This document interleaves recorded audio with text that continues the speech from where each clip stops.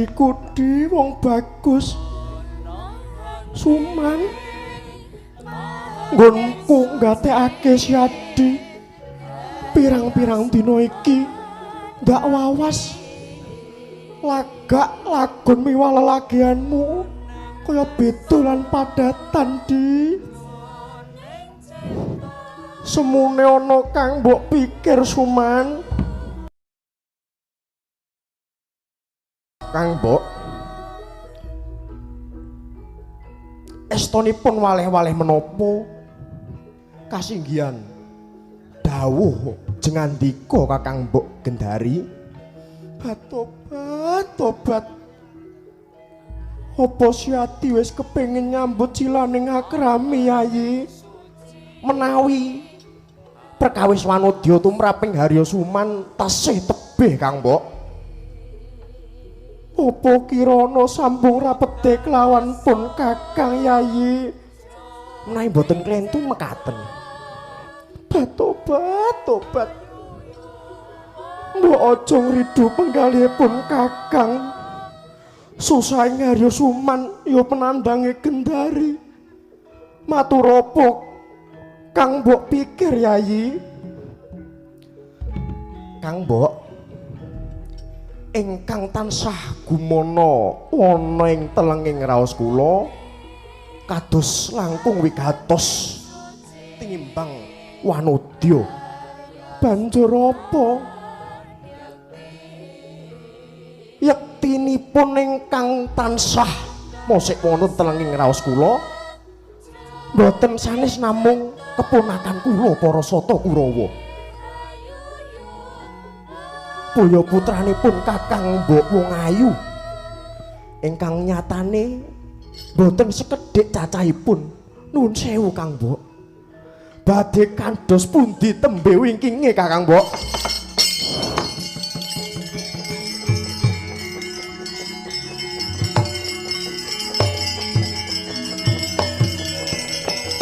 Oh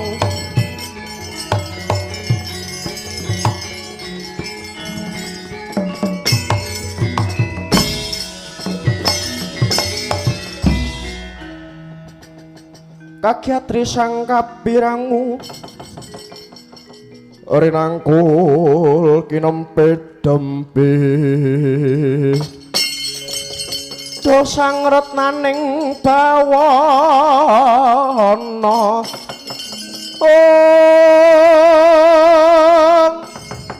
ya si tukang walang ati ya si tukang kudu garing ya si tukang walang hati.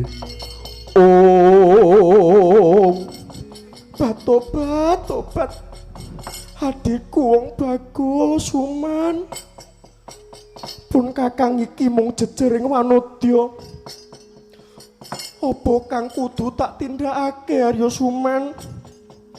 Kang Mbok kula nuwun sewu nggih, nuwun sewu. Kawontenan negari Astina menika mboten leres.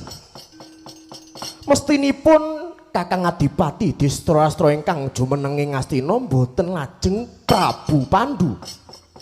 Suman, aja nglincipi wicarang papak. Sisip sembile bakal tumanduk marang diri priya unggul Yayi. Mboten. Monggo anggenipun jengandika Mas Tani. Nanging kula tetep badhe mbudidaya obahing budi rijengandika Harya Suman mugi-mugi dados mulyane anak-anak Kurawa. Sekar kang anggondo arung kang jampangi laku kula Kang Mbok.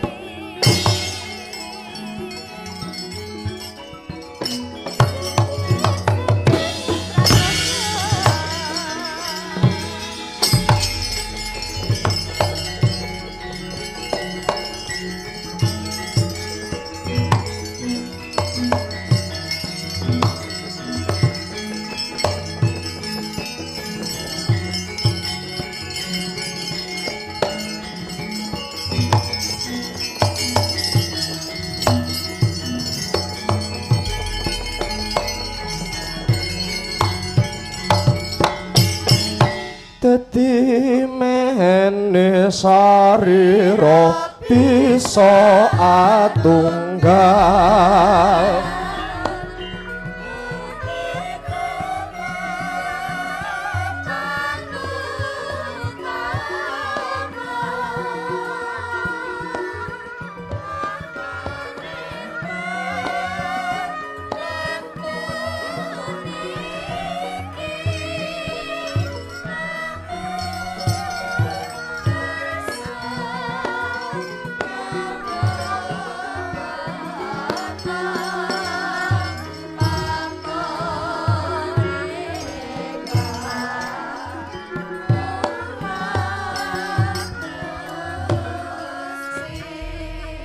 Gentereng Surya kasasaping himu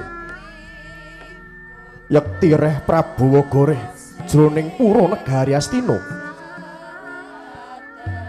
sumuing penggalih Sang Nata Prabu Pandhu Dewanata rinaos tan bagit tinucap satemah kanyet ubaling nala menggalihaken ungkaring nata yaksa pringgondani yenira arsa ngendheh kawibawan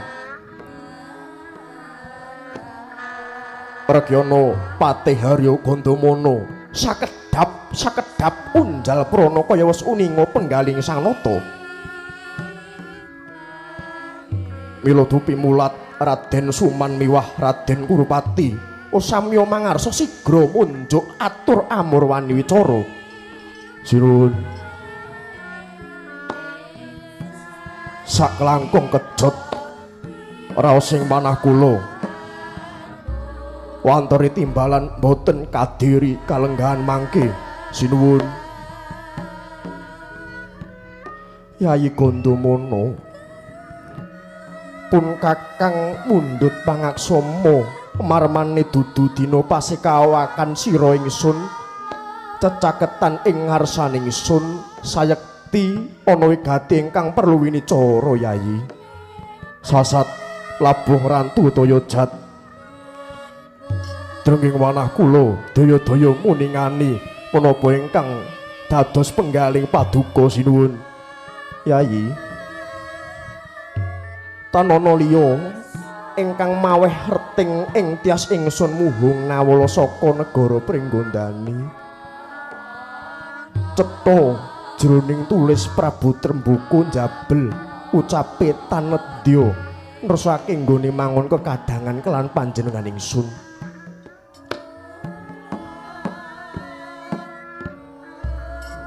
malah kepara minta dampar ke Prabu Negari Astina lamun jeneng ingsun ngukuhi bumi Astina bakal dibyuki bathang sayuta pinurih dadi rempon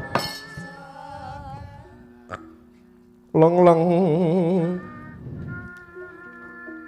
ramyaning kang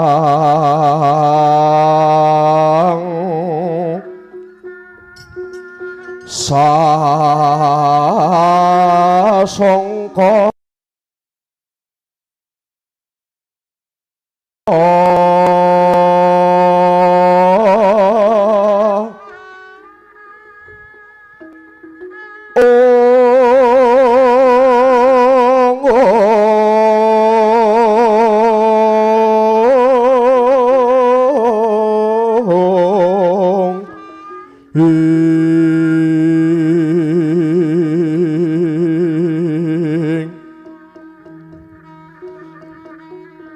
mangrengga ruming puri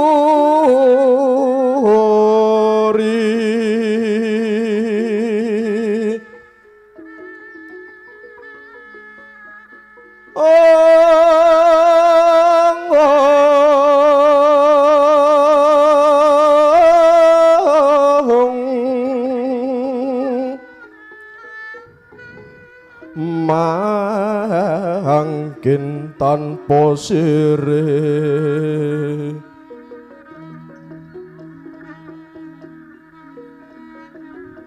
halap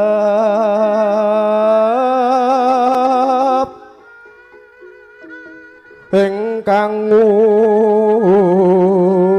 umbah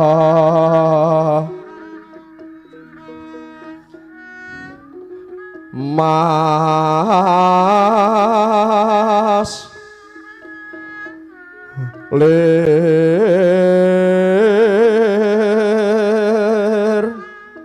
morobeng langit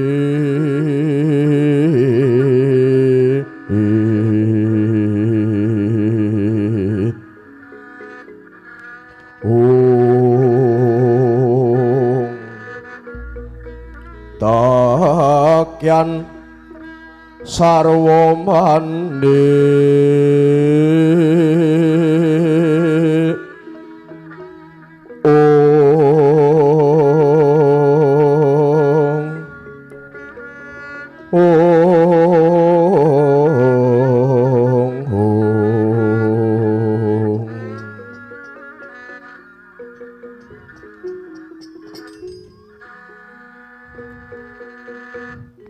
jagat wasisaning Bathara wayah Bathara jagat nanyar-nanyari temen selaganing Prabu Tremboko. Sinuwun cetha menawi Narendra ing pringgondani malih tinggal handaka mukal menawi sapa sebab dene lajeng mekaten lekasipun Prabu Tremboko. Yayi pun kakang uga banget sangga runggi tumrap nawala mau. Kawula nuwun amit pasang kaliman tabih tinebihna dumawing tawang toang sinuwun keparengipun Yayi Suman unjuk atur sinuwun. Iya Yayi Suman diage matura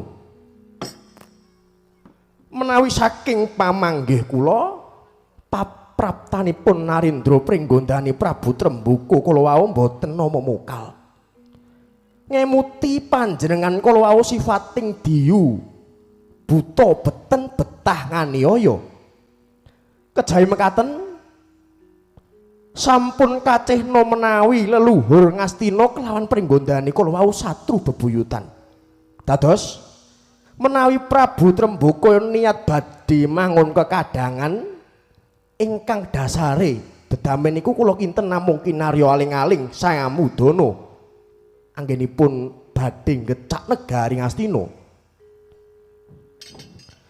Namung tetelo tasih wonten saenipun senadyan to wujuding buta parandene tasih hambek satriya katandha wantun bucal nawala penantang. Suman. Apa jeneng ora kladuk panarkamu? Tak kira wujud diyu kuwi mau ora kena kinarya ngukur asoring pambegan. Semono uga senadyan luhur satru bebuyutan dudu pituduh menawa Prabu Tremboko kepengin rangsang negara Amistina. Kakang Gandamana kawontenan sampun cetha wela-wela boten saged dikikipi melih nawala saking Prabu Tremboko ingkang kunjuk sinuwun Prabu Pandhu nedahaken menawi to letuh letek bebudene wong pringgondani menawi kula ketimbang kedisikan luwih becik ngrumiyini ngecak negari Ngastina. Raga kula udahaken jiwa kula soraken minangka tambel tawuring negari Ngastina. Suman. Yen kanthi kaya ngono nggonmu ngrampungi perkara. Selawase jagat iki ora bakal tentrem. Anane mung paten pinaten, wales piwales. Ingkang kabeh mau kaya-kaya ora jumbuh marang kahananing satriya utama. Kakang Gandamana. Nuwun sewu nggih, nuwun sewu. Mboten sedaya perkawis menika saged dirampungi kanthi luhuring budi miwah kautaman. Rina wengi sing dirembuk mung kautaman lan kautaman. Ning nyatane donya menika sampun mboten ingkang utami. Ing kawontenan nedahaken sapa sing kuat bakal ngegem jagat dasare kuat tur gelem menggok mestine bisa ngemplok. Paman kula raos ngendikane Paman Gandamuni menika senadyan ngegem jagat nanging menawi to kanthi hambeku wamoso tanwanti badhe cacat gesangipun tinada ing sesami. Suman bener apa kang dikandhakmu mau nanging kaya luwih pertitis pratikele Yayi Gandamana dasare sira masih muda mula sak kabeng perkara mbok tampi kanthi lelawaran. Lajeng kepareng paduka kados pundi, Yayi? Mumpung durung kebacut isih padhang rembulanipun Kakang meninta senjata pitulungan lumawato negara Pringgondani. Telitinen perkara iki nganti pertitis pintroyan nganti ketemu marang Prabu Trembuku. Ingkang ison ngajab nuhung yuwayaning praja Ngastina lan Pringgondani supaya padhang lelakon iki, Yayi. Traja dawuhing paduka sinuwun. Kalirana Kangabdi Gandamana nyuwun tambahing pangestu saged lebda ing karya duga-duga digawa.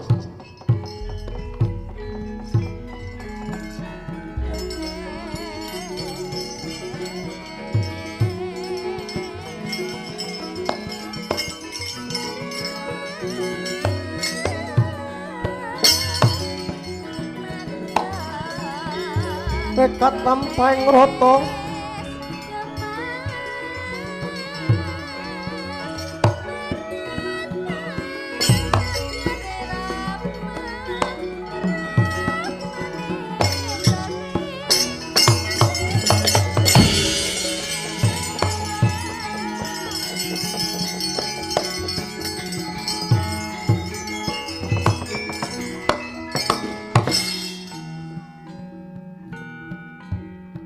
kula nuwun sinuwun, Yayi Sumanana parigawe apa?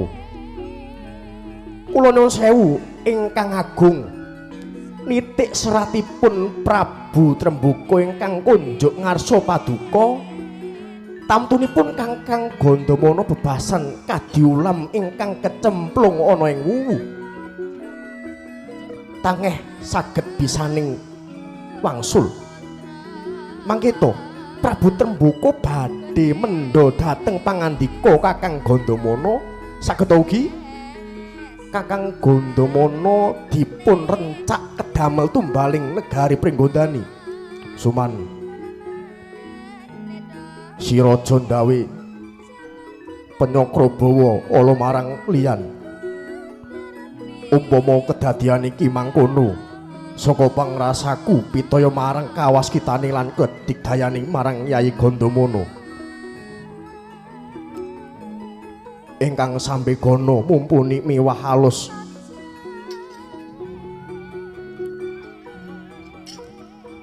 Senajan ingsun ora ngajab dumadining perang kaya luwih prayoga lamun ana kang memanuki sira sakloron kanthi wadyabala sawetara laku sandi jambangi Kyai Gandamana nuwun inggih. Matur sembah nuwun Kang tanpa paning sinuwun.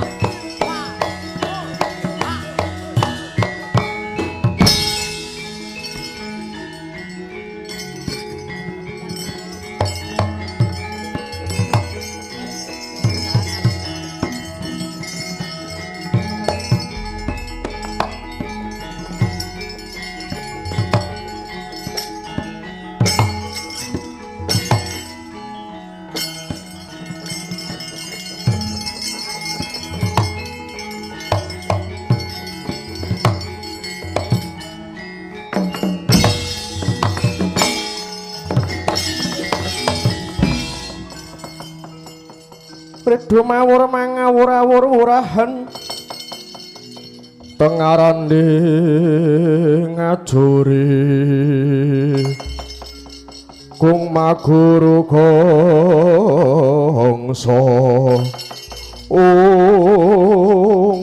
paman kula kunyadong dawuh Kurupati kowe tak kandhani luwih dhisik para sata Kurawa kawembuhan dina iki budhal miyang pringgondani sikep gegaman perang saka pangrasaku iki mengko ora wurung bakal dadi ajanging pasulayan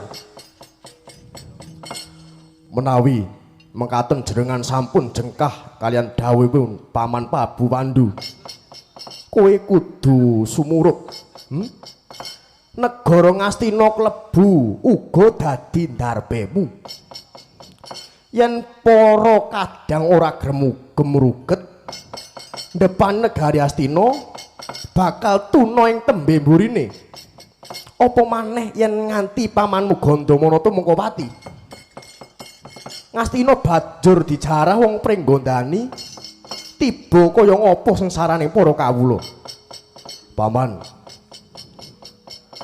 mboten nanggapi kersa sampeyan Paman Prabu Pandhu ngajab rukun mboten ngajab perang pupuh nadyanto pamanmu iki ndisiki kareping ratu nanging ora tumrap diri pribadining Suman nanging kabeh mau kanggo katentremaning negara Ngastina wah adalah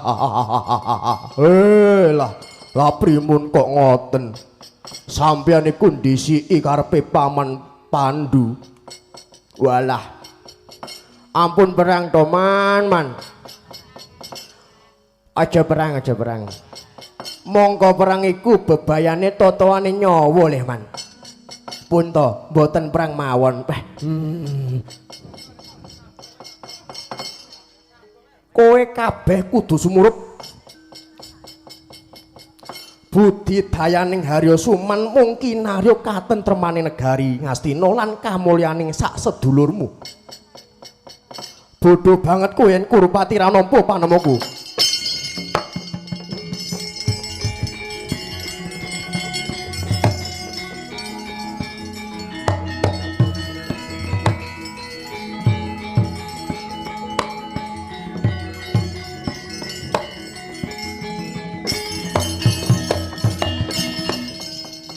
wose kowe mangkat aku bungah kowe ra mangkat aku ya ora patheken nggih kula nderek yen wis sikep gegamaning ajurit kabeh kudu manut dawuhku yen nganti ana sing bandal dawuhku tak lokne sak dosaku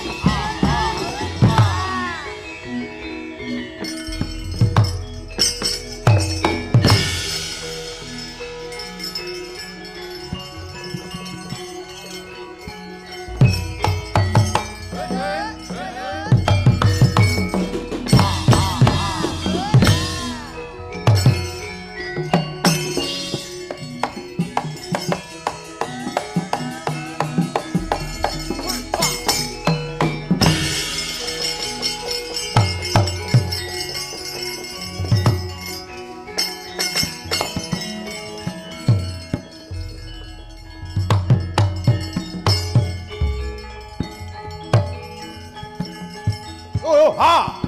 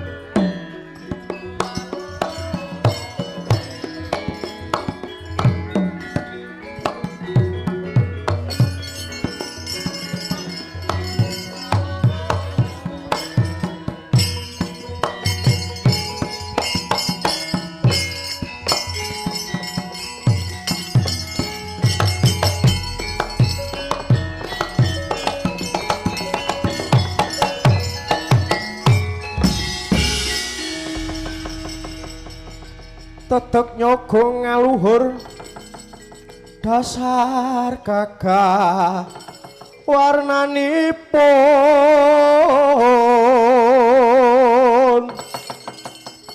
Kanjeng Sri Naropati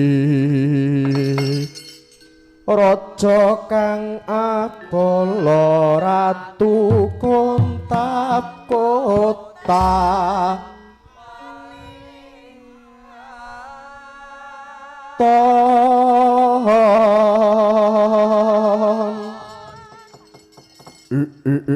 Latala Bojleng iblis laknat padha dag-dagan. Brajadenta ana dawuhmu apa Kakang? Ora lali kowe kala bendana. Ana dawuhmu apa, Kang? Ora ariken telenging batinmu, Yayi. Kakang, yen saka pangrasaku lekasing Kakang Arimba nguntapake wadya bakal ndebani wong Astina iki. Jengkah kelawan dawuh Kanjeng Rama Prabu Trembuku. Saelingku saurunge Kanjeng Rama nampa layang penantang saka negara Ngastina, semune Kanjeng Rama kaget nuli paring dawuh lamen perkara iki bakal diteliti luwih dhisik. Ngelingi layang kang kepisan, Prabu Pandhu saguh nampa pasuwitaning Kanjeng Rama. Mula paraga endhake luwih dhisik ya, Kang. Ubaling karsa paduka bakal ngrabasa negara Ngastina, ngiras pantes ngenteni dawuh Kang Rama Prabu Trembuku. Brajadenta, saka pangrasaku Kanjeng Rama kladuk melung panggali. Nampa layang penantang bakal diteliti luwih dhisik. Cetha yen sikepe Prabu Pandhu madonke wong Pringgondani. Rumangsa luwih luhur nganggep Kanjeng Rama mung Prabu sakda pepadaning titah.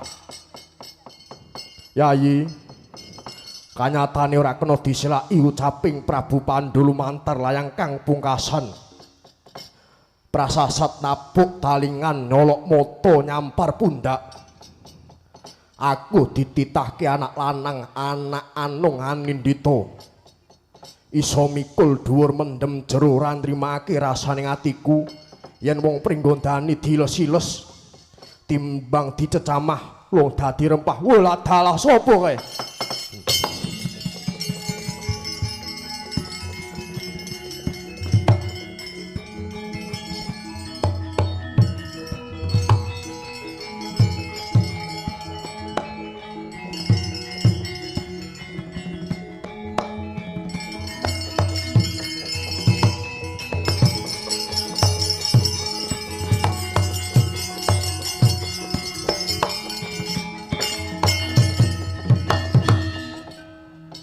Kakang aturi ketiwasan, Kakang. Braja Musti ora tak aturi siba napa, Yayi. Negari Pringgondani sampun kinepung prajurit. Kula tingali menika gendera saking negari Astina. Walah dalah. Pancen wong Astina nantang wong Pringgondani. He. Kadang braja kabeh wae. Rawe-rawe antas malang-malang puntung gempur wong Astina.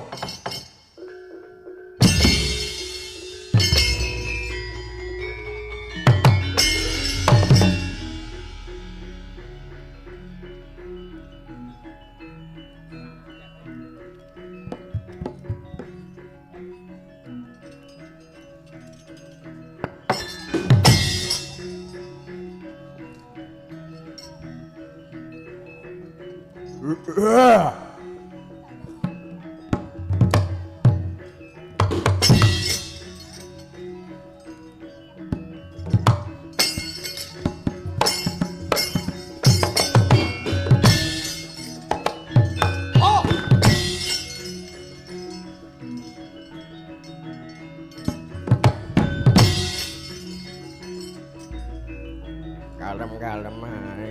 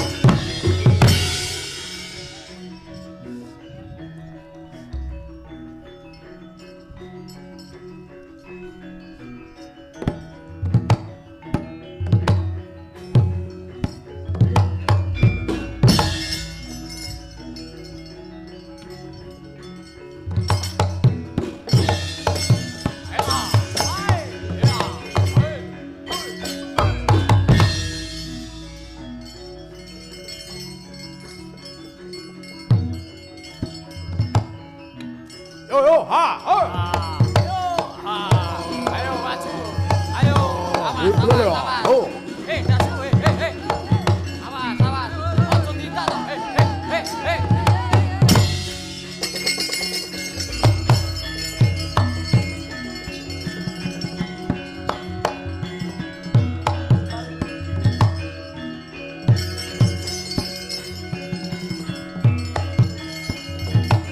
Ayo gempur wong mrih gondani, gempur. Ah, gempur. Aku ayo. Awas. Masuk aku lho. Ayo. Awas. Sirai. Ayo. Gempur wong asli yo, gempur. Ah, gempur. Asino, ayo gempur. Ayo. Weh, ayo.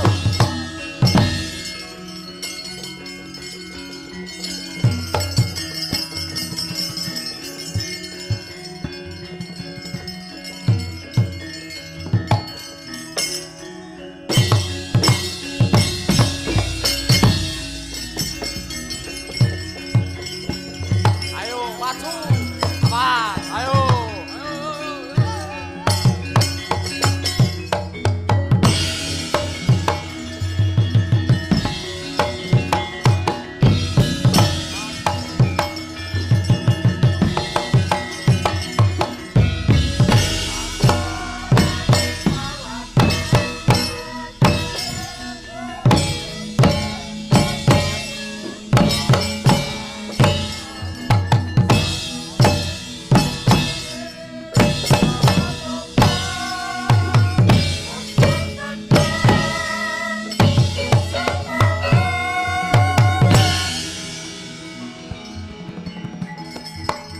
Awas, ayo.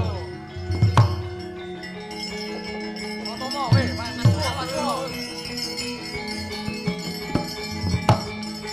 Oh!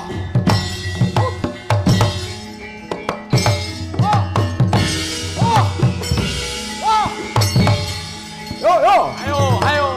Ayo, tendang. Oh, ah, oh. Ayo.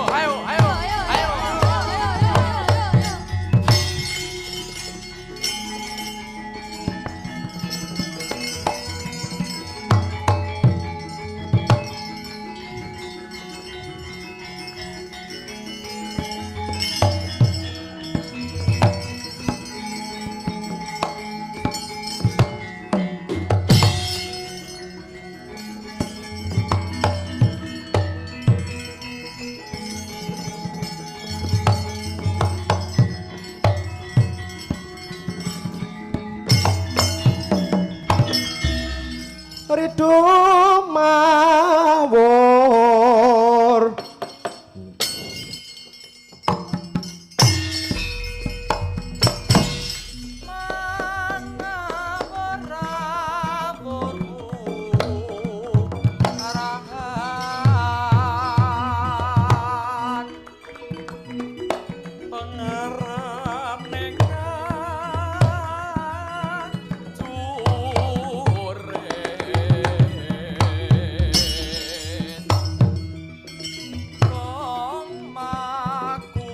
Ayo tungkul marang wong pring gondani.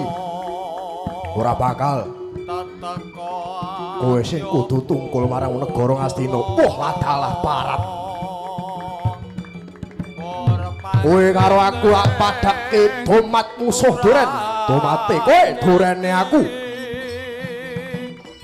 Tomat kejebakan duren mencodot nyawamu.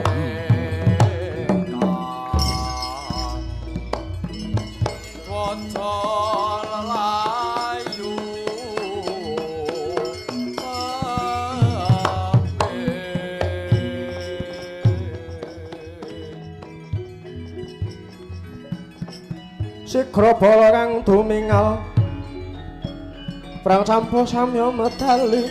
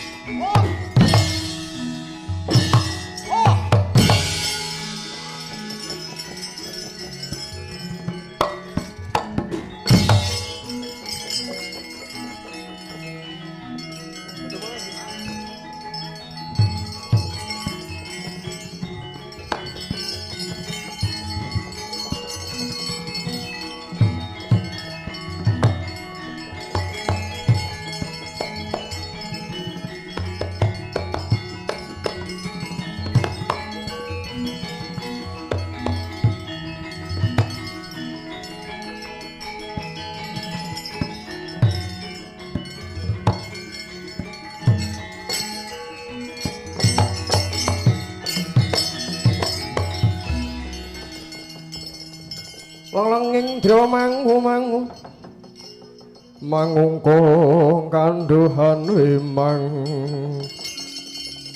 lirlena tanpa kahandin kandhek lampahing Raden Gandamana es mumungun jroning penggalih dupi wis prapta negari pringgondani wis nemani perang gegempuran campuhe perang Bratayuda Wadyabala kang padha adon pupuh sarkara sajuru-juru satemah Raden Gandamana datan uningani sapa kang mandhegani prajurit Ngastina wau to tambuh sutaning kalih Nyakrabawa lamun Raden Gandamana kalaropake ing peperangan manjer gendera seta jumangkah arsa nyapih kang lagi Bandayuda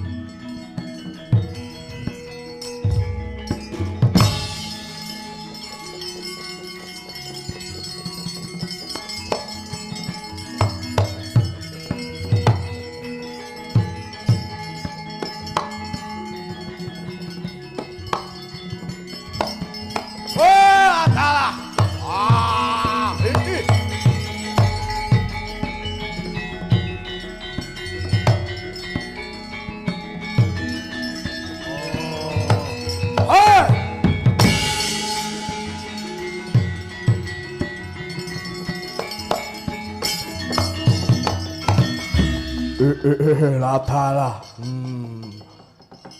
apa karepmu Gandamana kowe manjer gendera putih yen kowe manut ngalah ayo nungkula marang Pringgondani tak bondo tanganmu tak krincung sikilmu Raden aja kleru panampamu praptapku ora ana gandeng cenenge kelawan peperangan iki aku mundi dawuh sinuwun Prabu Pandhu njejeke barang kang bengkong benerake kang luput lah dalah ngaya wara kowe ucapmu kowe kuwi patih mokal yen kowe ora weruh perkara iki kabedhela dadaku ora padha-padha nyumurupi peperangan iki ciptane Gandamana mung ngajab kerukunan ora ngajab peperangan waladalah ayo nungkula marang wong Pringgondani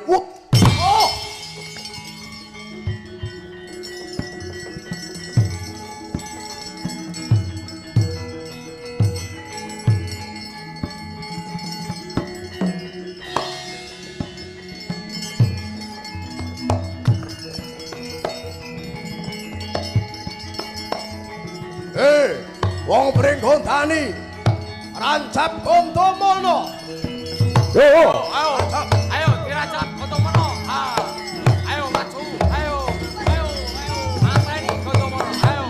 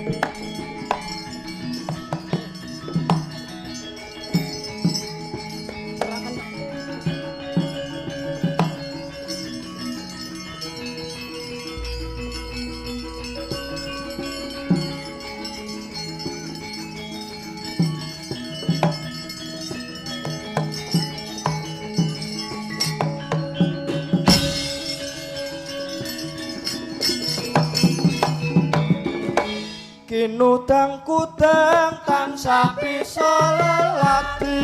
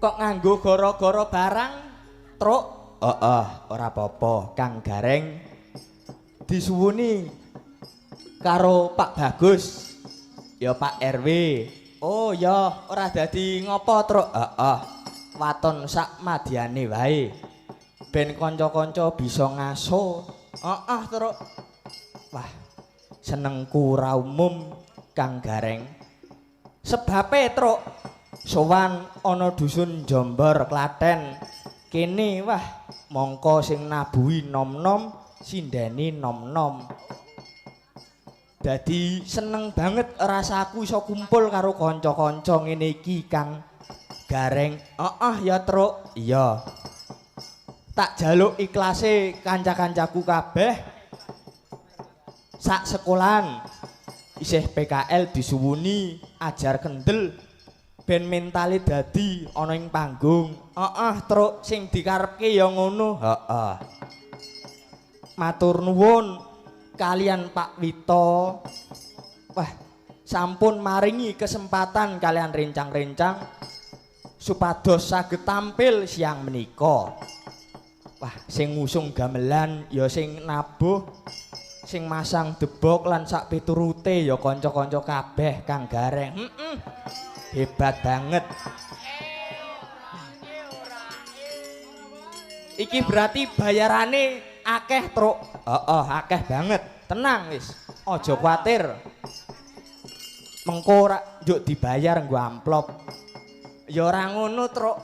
Sing baku kabeh iso padha ajar ben ngerti rekasane dalang, rekasane wiyaga kuwi kaya ngapa yen nang panggung. Matur nuwun kalian Pak Priyo, Ketua Kapro Karawitan, ugi Pak Joko Hermawan. Wah, jan. Karo wong tuaku, Bapak Sunarpo Guno Prayitno. Wah. Kalian Ibu matur nuwun. Jane aku grogi Kang Gareng. Ngopo, Truk? Yen ben mayang ditunggoni karo wong tuwa kuwi rasane ora iso los. Arep ngopo-ngopo kuwi bingung, pekewuh. Ayo ora apa-apa sing jenenge wong tuwa tresno karo anak kuwi ngono kuwi. Kaya Pak Kangko nunggoni karo anake kuwi jenenge tresno karo anak. Matur nuwun.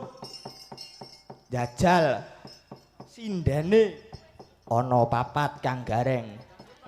Bagong kok ora metu? Gong, metu gong emoh. Aku kudu ditembangi sik. Ya, ora apa-apa. Tak njaluk dibawani sikik. Wah, penggironge yang ganteng kabeh. Ganteng. Nek ngancing ya raine elek banget, Truk. Ayo ora apa-apa. Ah, iki wis do deg-degan kabeh.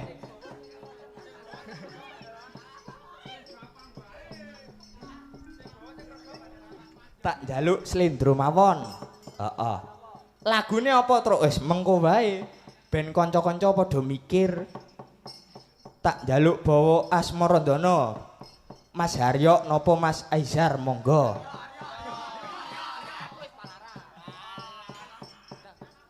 Mas Haryo golek amane ya milih palarane wae. Ya, ora apa-apa Mas Aizar monggo.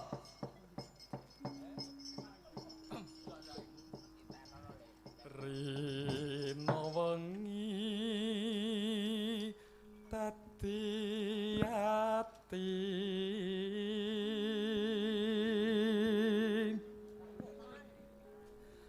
tanpa dahar tanpa nendra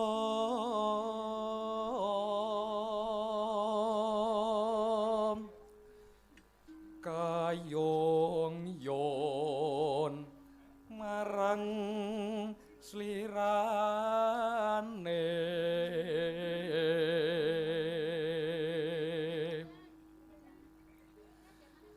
tansah kumawanging netra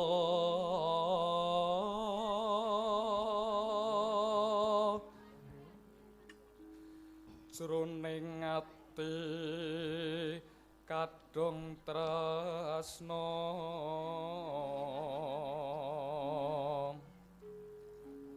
tan liya hamung sliramu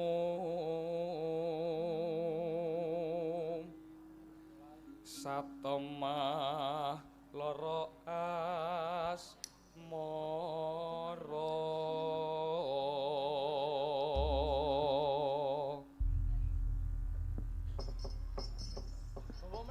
Tak njaluk sing nembang monggo sinten mawon. Mbak Isrin napa Mbak Brili napa Mbak Madu monggo. Kula nderek mawon. Alamat wis katon tejani.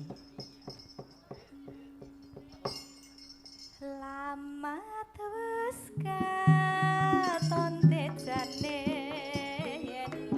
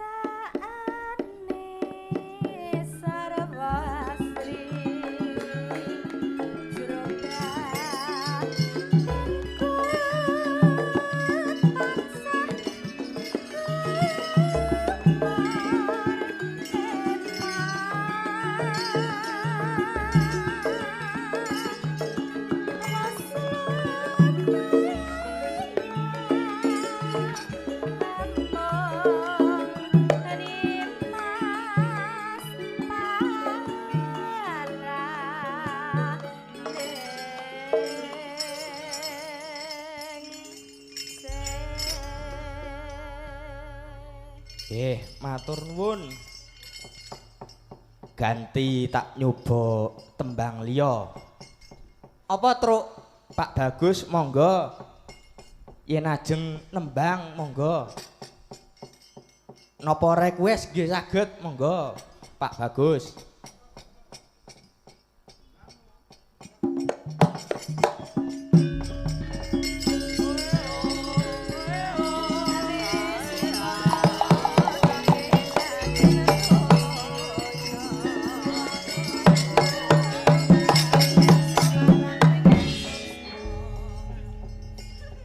Wonten dawuh Pak Petruk.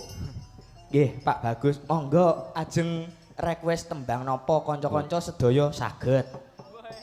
Niki nek wayangan siang nek request nganggo abang mobil. Wah, nggih nderek, Pak. Nek saene nggih sing abang. Le nyileh duit le. Adine dibanggakke. Mboten niki ming Gojek lho, Pak. Ora apa-apa. Anu Pak Petruk kula niku nggih ora ngira nggih. Nggih. Hari budal PKL ke plus mancing. Plus nyilem. Turu belum kok wayang apik ra jamak. Yogane gumyak-gumyak. Kuwi sing ngendang Mas Preli kuwi. Nek kelingan nang pawon ngapa Per? Nyambel, Pak. Kendangane apik men. Nang pawon nyambel karo goreng ndok. Matur nuwun nggih, Mas Denipun. Mbak-mbake. Iki request saking para-para ingkang mirsani utaminipun ibu-ibu. Nggih, Ibu-ibu niku nek iruh brondong mesti. Wah, niki lho piyayine. Request, Pak, mbok taun ngarep mbok le bengi iki wae. Ya matur kanjenge Pak Wito. Benjang insyaallah taun ngarep. nggih. Salah siji ning yo bayaran. Taun ngarep bayaran isih isi yo. Niki kanca-kanca nek krungu bayaran mripate abang niki, Pak. Kula wis yo paham. Nggih Pak Wito nggih. Request ngono gandeng kok bengi ora iki to, Pak. Wah, lha iki kan ora bayaran. Kula mboten nyuwun lagu naming anu mawon nggih. Awit nampi ning panitia ngaturaken panuwun. Nggih, agem jenengan. Ora ngira aku nek nang omah iki sok tak sengeni jebul nenangke nang ketok cilik. Matur nuwun nggih Pak Kangko pun dirawuhi, Pak Narpo. Kabahagiaan untuk naming panitia mliginipun warga masyarakat Dukuh Jombor wonten PKL saking putra-putra SMKI dirawuhi dalang kondang Bapak Ibu. Awis-awis kados mekaten. Alhamdulillah tahun menika dipun adani kanthi radi istimewa. Pak Wito dikepareng gelar kelir sing 12 meter. Nggih. Biasane nek manggon entek Pak Bagus ki mung 8 meter. Beda-bedake kanca. Nggih. Engko nek beda-bedake tahun ngarep aku nanggap Pak Kangko. Wani pira? Aduh. Wis, ora bapakne yo anake. Kan gratis. Nggih, niki enten Mbok saweran. menawi ibu-ibu badhe nyumbang tembang monggo, Pak. Monggo Ibu, mboten kula nyuwun Mbak Brili mawon. Mbak Brili. Nggih, Mbak Brili niki Mbak Brili niki enten di 100. Kula percaya jenengan pun piye ditopeh. Ning ya ditampa. Nggih, kenang-kenang. Bilang apa? Iki mau papat ya Mbak ya. Saploke iki aku mulih. Tekan omah aku mundur-mundur sampean. Cilik aku pokoke. Dek iki ketok tak tundingi jiji kae. Ngopo 200? Kae ngopo? Tangi tengah songo. Saiki aku ra wani. Matur sembah nuwun. Tak kira nggih sami-sami nggih. Ngaten mawon nek kula nyuwara mengke. Bawa sithik mawon nggih. Oh, nggih. Monggo, bawa. Monggo. Nek elek nggih isin. Slendro napa pelok, Pak? Pelok lho jeneng. Oh, pelok. Belok an mawon. Oh, awas sing biasa balu. mawon. Napa? Belok 6. Yen tawang mawon. Kula jane niku nek riyen derek Pak Wito niku barengan karo Pak Joko. Ning kula mung kerucuk. Ning kula tersegalingan ya Pak nggih. Monggo.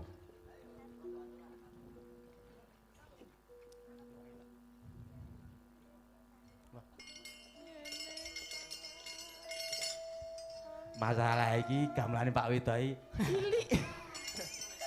Kowe gleleng kok Solo suluk nang kene wis saiki masih cil.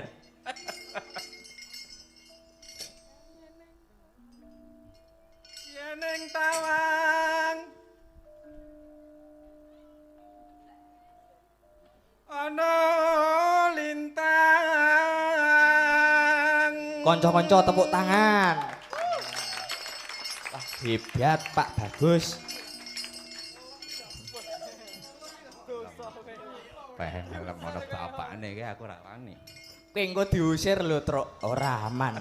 Wah, Pak Bagus kuwi apian banget karo kanca-kanca Kang Gareng.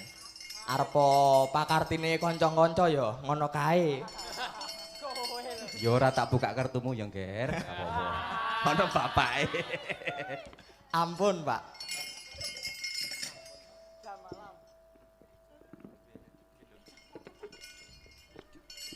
Cahayu aku ngenteni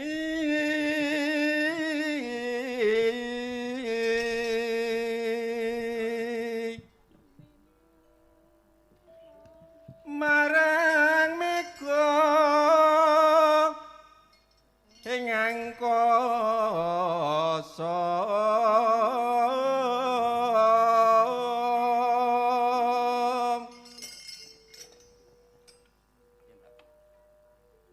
sun takon war tane reki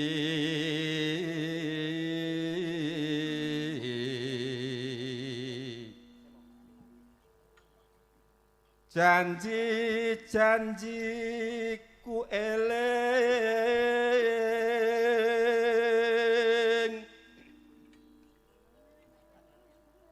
sumedhot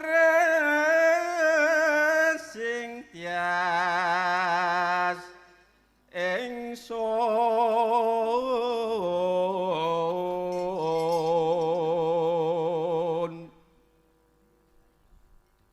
nimas ingsun prasapa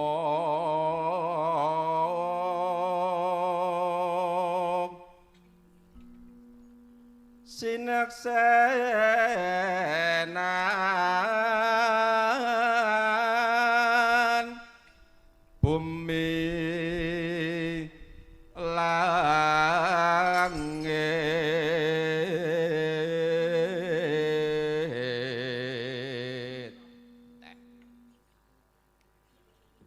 tangi sing tias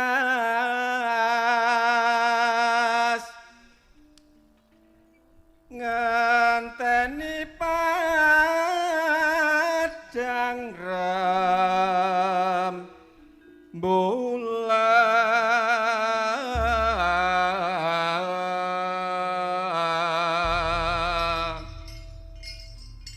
Sampun Pak Seno. Nggih, matur nuwun Pak Bagus. Sami-sami. Monggo Mbak Brili. Yening tawang ana lintang.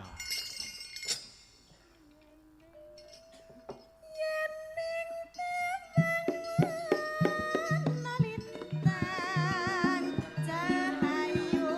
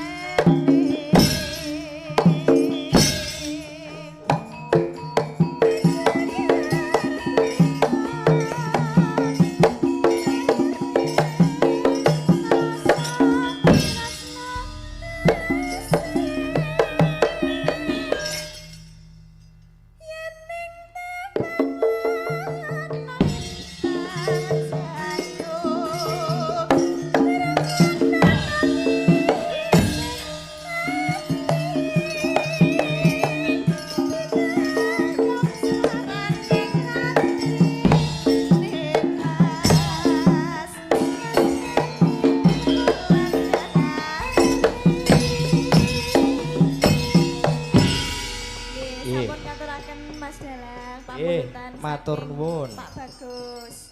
Malik Slendro reng sowan karo Ndara sinuwun Prabu Pandu karo ngenteni kabare Ndara Gandamana. Ayo, Truk.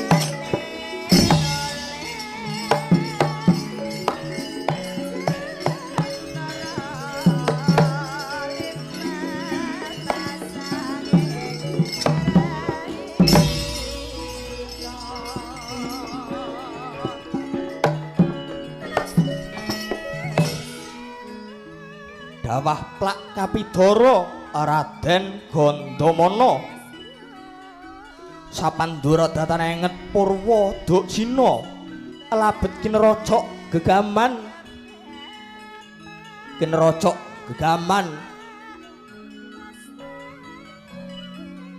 lumaraping senjata prasasat kadijawah ing masa rendheng susun tumpuk matimbung-timbung tumanduk anggane Raden Gandamana. Nalika semana mulat saking gegana Prabu Trembaka sigra niyup saking Dirgantara.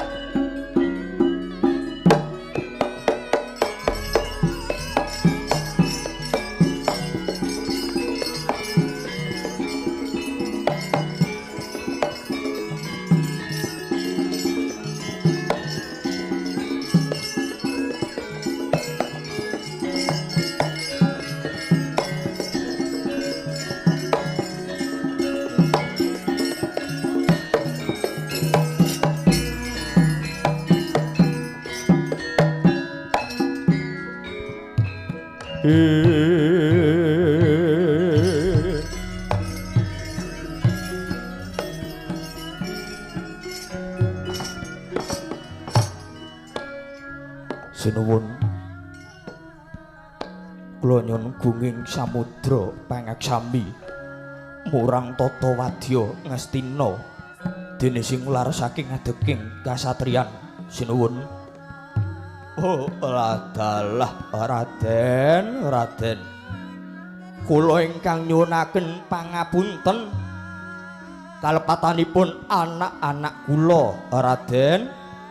Yoga kula kumewantun mulasara dhateng jengandika nitik solah sloga duk rikala kinroyok wadya pringgondani cetha menawi jengandika boten ngajab dumadosing perang menawi saestu jengandika madeg Suranindriya lajeng sepinten bangganipun anak-anak kula Raden anggen paduka lumuh ing paperangan satemah karoban gegaman sayekti saged narbuka manah kula Raden. Sinuwun estunipun kula piyambak gumen purwanipun kula dipun utus ijen tanpa ruwang nanging sareng kula dugi wonten ing Pringgondani sampun wonten perang gegempuran antawisipun Wadya Ngastina miwah Pringgondani. Monggo estining penggalih Sinun Prabu Pandhu muhung badhe ngajab karo Kunan murih yuwananing Pramudita. Sareng kula pinanggih paduka cetha menawi sak mangke wonten tiyang ingkang lampah sandi ingkang obak-obak toya ingkang wening sinuwun ngrisak rengkaning kekadangan negari Ngastina miwah Pringgondani sinuwun. Raden kula nyuwunaken gunging pangaksami milanipun para wadya Pringgondani nanduki perang pupuh Wadya Ngastina. Awit sayektosipun kula nampi serat saking Sinuwun Prabu Pandhu sareng mawas lelampan ingkang nembe kawuri kacundhukaken pangandikan ingkang pungkasan. Kula pitaya menawi dumadose perang menika boten awit saking keparengipun Prabu Pandhu.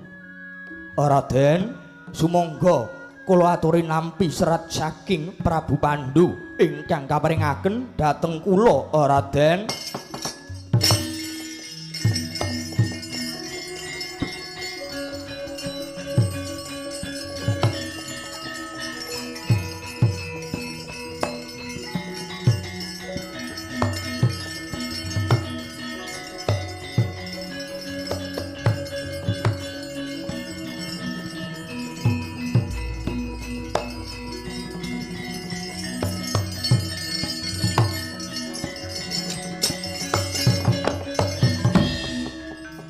Bumi gonjang ganjing langit kelap kelap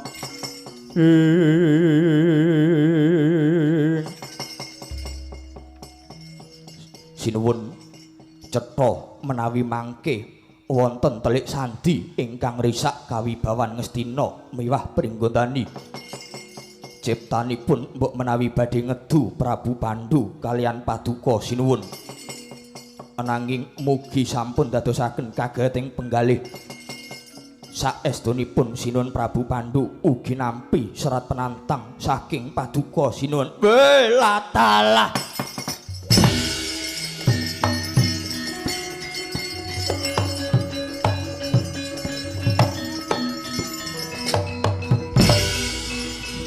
oh Raden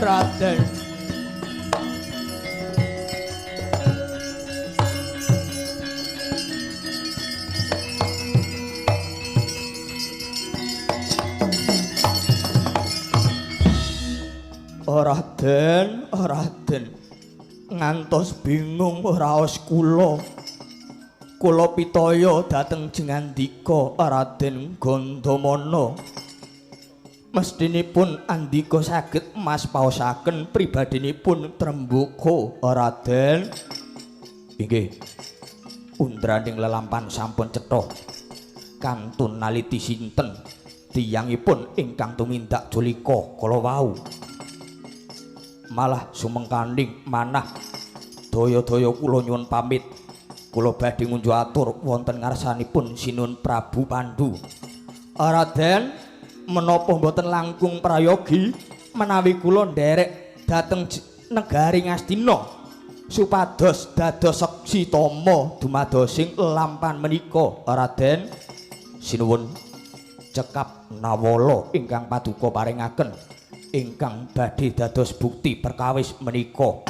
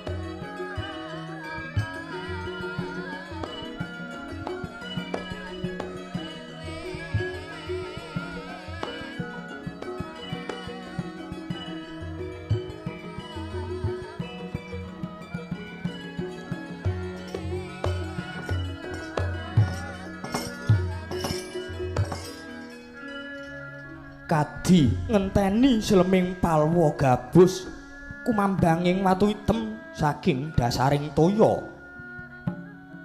Sang Nata Prabu Pandhu Dewanata angranti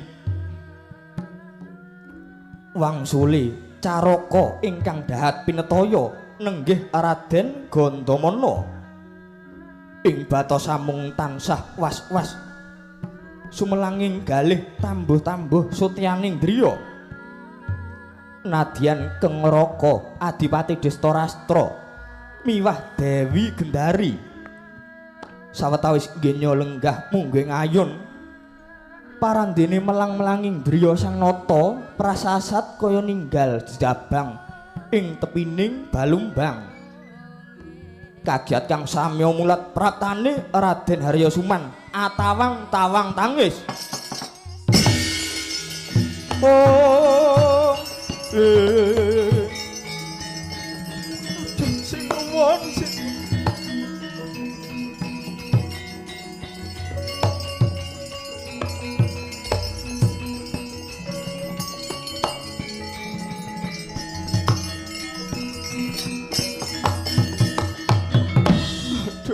sinuwun ngaturi kediwasan sinuwun. Suman kaya bocah bayi sakwernaning perkara ora bakal rampung yen ditangisi. Suman maragake matura ana pawarta apa? Suman Yayi Suman aja tawang-tawang tangis. Maragake matura kang trewaca. Ana apa Yayi Suman? Ngaturi ketiwasan sinuwun. Mugi ndadosna kawuningan rikala kula samadya dumugi wonten Pringgondani sampun dumados perang gegempuran malah samangke Kakang Patih Gandamana dumugi ning seda kinerocok gegaman wonten madyaning pabaratan sinuwun.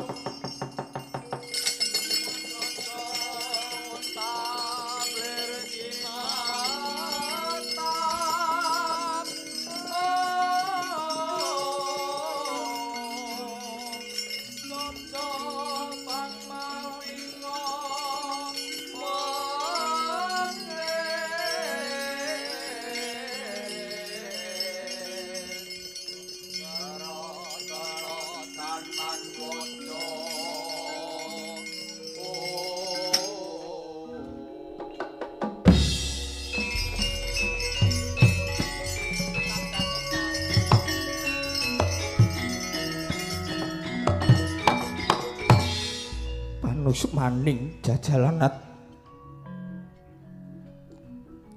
ora kena digawe becik wong Pringgondani sepira ta abote rasaku prasasat sempal bebau kiwa elang tengenku dene patine Yayi Gandamana ingkang jagat tanpa timbang setya bektine marang jeneng ingsun.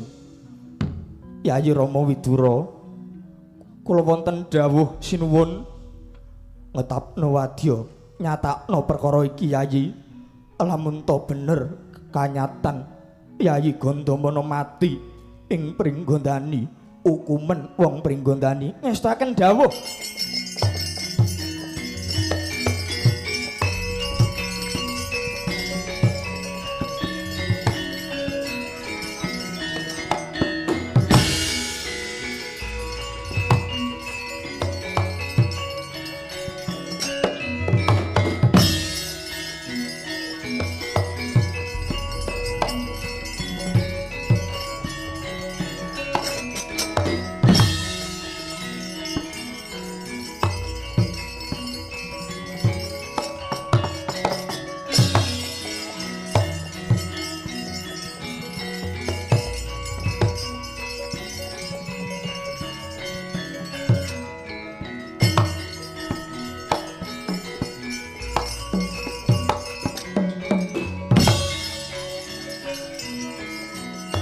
Yo.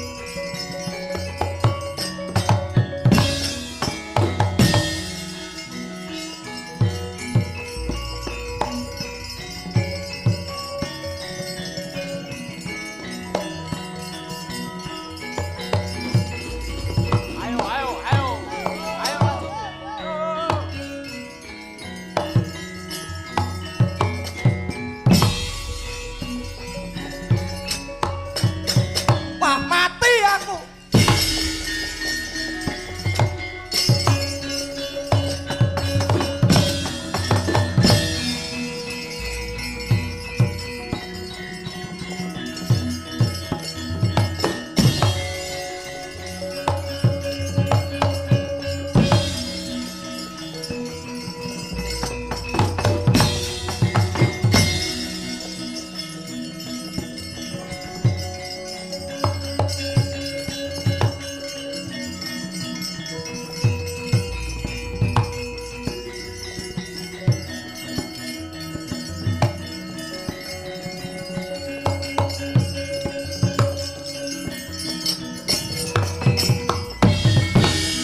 Cumangkahang rasa sumbar lindhu bumi konjing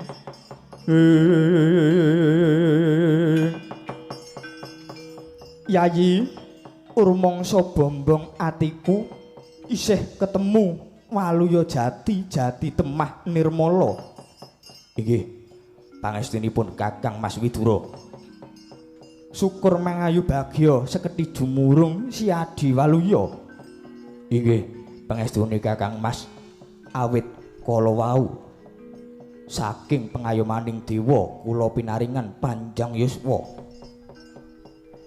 nuwun sewu Kakang Mas Widura badhe tindak wonten pundi ngetap wadya semanten kathahipun mundi dawuhe Koko Prabu Pandhu bakal matrapi pidana kelawan wong Pringgondani awit saka ature suman siadi wis gugur ana madyaning Ngadilaga ingkang kabeh mau anjalari pepes penggalih Kanjeng Koko Prabu Pandhu prasasat remuk-rempu tiase mula kang saka iku pun Kakang ngetep wadya kepengin matrapi paukuman wong Pringgondani Yayi dados meningaken kula saged netepaken wontenipun lelampan menika awet saking pendamelanipun suman Yayi aja kesusu ndakwa marang liyan nyatanipun sareng piyambakipun sumerep kula lajeng kisah lumebet wonten pabarisan Yayi aja nyokro bawa marang liyan kang mangkono sadurunge ana tandha buktine mriku buktinipun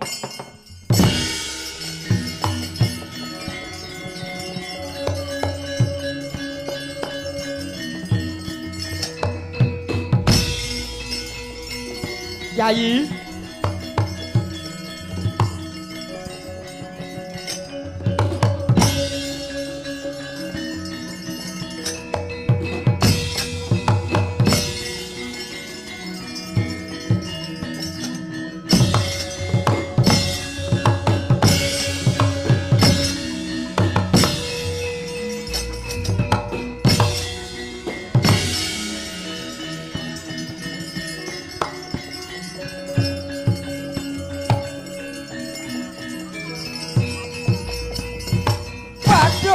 Mati aku, Kakang. Aduh.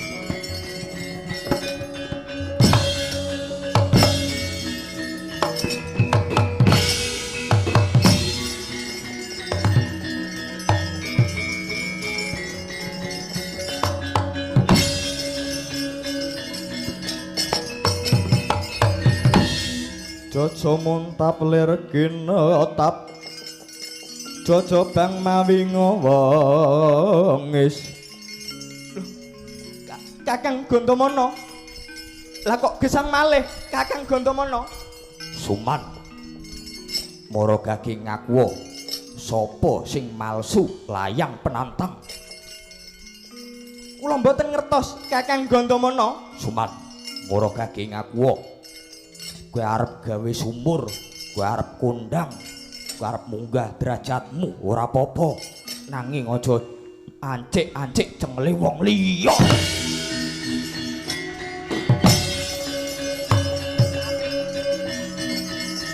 Aduh, mati.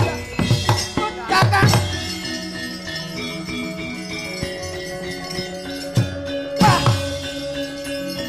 Kakang sulke aku, Kakang.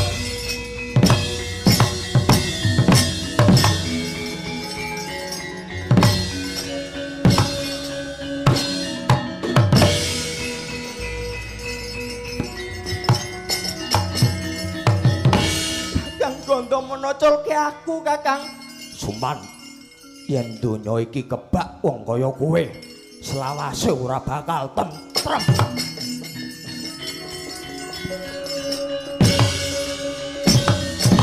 Aduh, Kakang. Kakang, mati aku, Kakang. Put. Put. Aduh. Kakang Gondo. Aduh. Mati aku, Kang.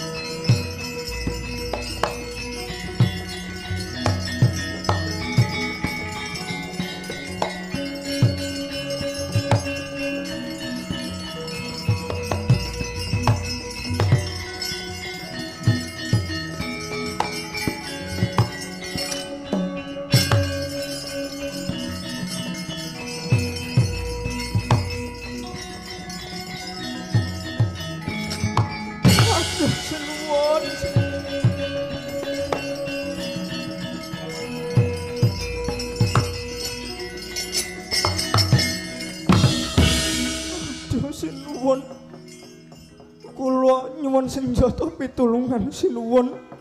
Kula dipun piloro kaliyan Kakang Mas Gondomono. Sinuwun, kula nyuwun pengadilan sinuwun. Adikku di Suman, lah kok dadi kaya mangkono? Suman, jaremu kuwi Gondomono wis mati ana ing pabaratan. Lah kok kowe diajar dipiloro karo Gondomono kuwi kepiye, Suman? Mara gage matura Kang Cetha, Suman. Aduh, sinuwun. Kula mboten mangertos bilih Kakang Mas Gondomono gesang malih. Kula nyuwun pengadilan sinuwun. Kula nyuwun pengadilan.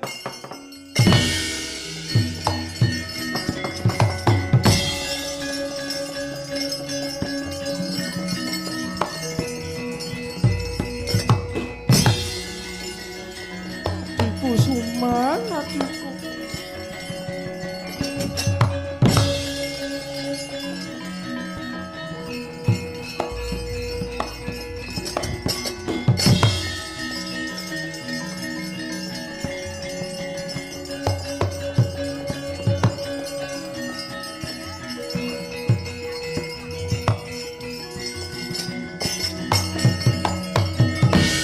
Ayo, endi Gondomono? Ndi Gondomono? Kula Kakang Adiwati. Kula Gondomono. Wah, bangsa elek kaya lanang-lanang dhewe. Kowe mungsuh Suman Cetha yen kowe sing menang. Ayo, tokno kadigdayanmu mungsuhmu karo Destarastra. Gandamana arep aku wuta aku ora weruh nanging aku wis mudeng aku wis ngerti sing jalari perkarane iki sapa yen dudu saka dapurmu Gandamana yen ngaten Kakang Adiwati badhe mbelani tiyang ingkang lepat ora caturan karo dapurmu Gandamana.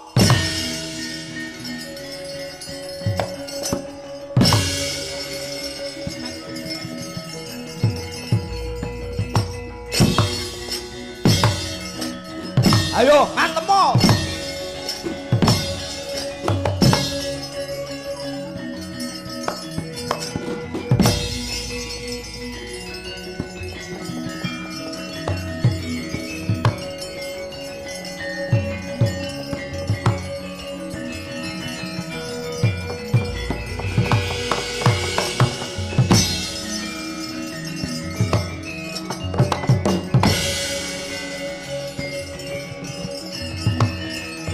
Ayo maju orane. Ora bakal gindrek musuh karo kowe, Gandamana. Waduh.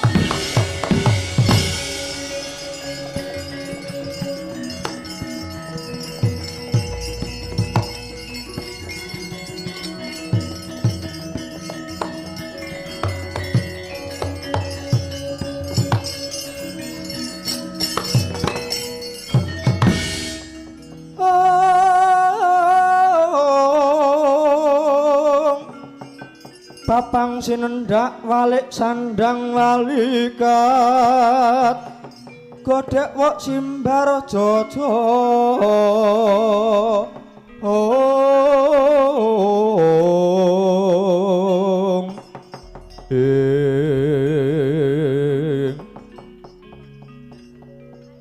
Yayi Gandamana satemeni pun Kakang Bungah dene Siadi tinemu waluya jati temah nirmala nang jebul malah saya ribet kahanan negara Ngastina kaya-kaya Prabu Pandhu iki ratu kang wis ora ana gunane maneh ana akeh perkara iki mung cukup dirampungi saka panguwasane Patih Gandamana.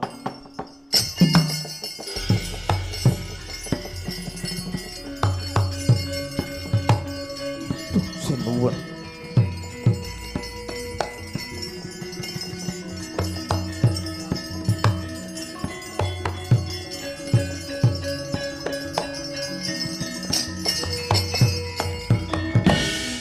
bumi gunjang ganjing langit kelap-kelap. Aduh sinuwun kula ingkang lebat kula sampun kumawantun nyahak dateng wenang paduka sinuwun. Yayi Gandamana lungguh kang prayoga. Mundura Yayi Gandamana inggih sinuwun. Mara gage pidhangetna sabdaning Ratu Ngastina. Kalenggan patih ndak pundhut bali. Ngastina ora nampa wong kang kaya kowe Gandamana.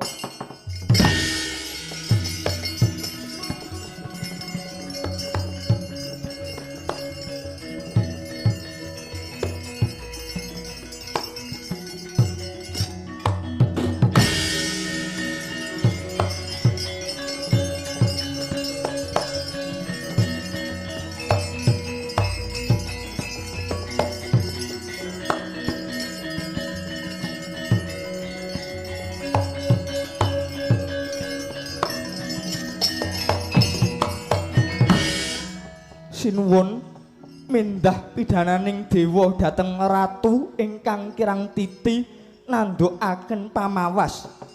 Widura semune kowe mrenani marang Gandamana.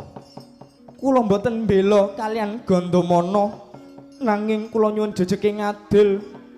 Sinuwun yen ngono kowe ndakwa Pandhu Ratu Radil.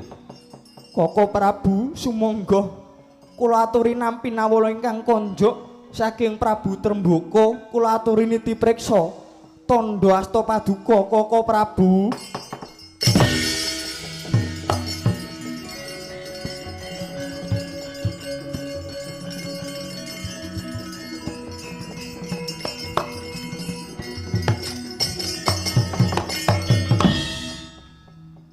Aduh, widuro aku kang luput.